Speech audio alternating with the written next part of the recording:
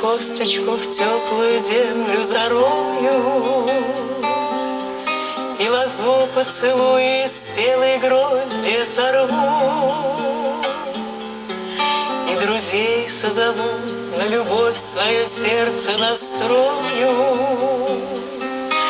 А иначе зачем на земле этой вечной живу? Собирайтесь-ка, гости мои, на мое угощение. Говорите мне прямо в лицо, кем пред вами слыву.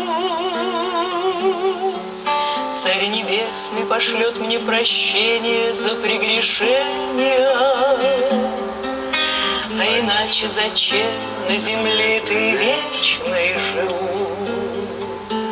В темно-красном своем будет петь для меня моя даль. В черно-белом своем преклоню перед нею голову. И заслушаюсь я, и умру от любви и печали. А иначе зачем на земле ты вечной живу? И когда заклубится закат, по углам заметая, пусть опять и опять предо мной проплывут наяву белый буйвол и синий орел и форель золотая. А иначе зачем на земле ты вечной живу? Белый буйвол и синий орел и форель золотая. А иначе зачем на земле ты вечной живу? Спасибо, Галина. Браво, присоединяйся к этим добрым словам. Напоминаю, что осталось буквально 2,5-3 минутки до финала нашей передачи. Мы должны подвести финальное резюме. Мы должны подвести резюме, если у нас только не осталось вопросов. Самые последние вопросы, если есть у кого-то к кому-то, допустим, у наших дебатеров справа, дебатеров слева. Нету вопросов, поэтому давайте начнем с наших экспертов и попросим коротенько так, минут на 40.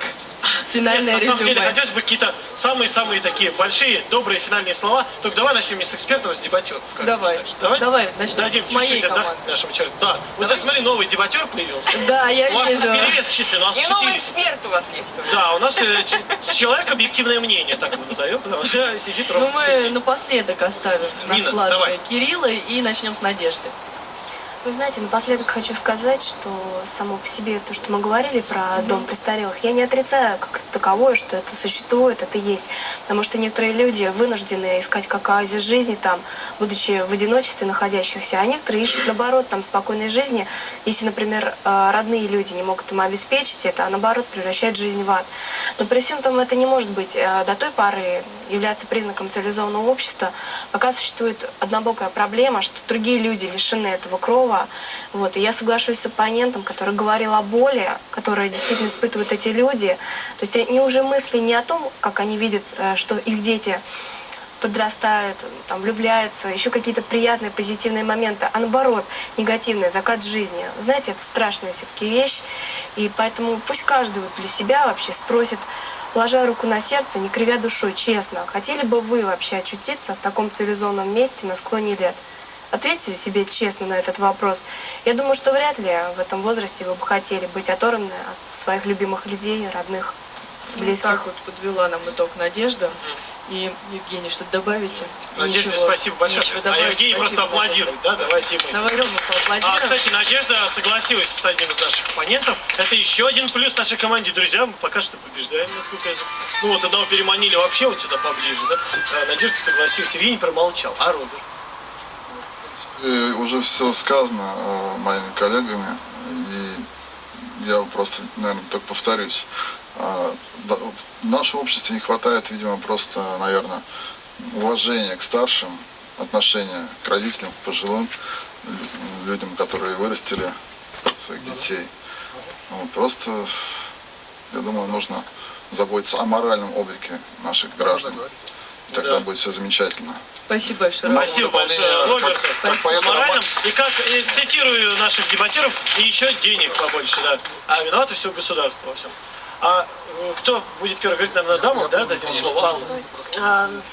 Я скажу, что я повторю свои слова, что раз государство не может обеспечить на данный момент должного ухода и сделать дома престарелых такими, чтобы в них не стыдно было оказаться на старости лет и чтобы это не стало билетом в один конец, нужно, чтобы мы сами задумывались о судьбе наших близких и, может быть, даже немножечко о тех людях, которые чужие нам, но все равно мы понимаем, что и мы, не дай бог, окажемся в такой же ситуации, чтобы мы помогали сами, чтобы мы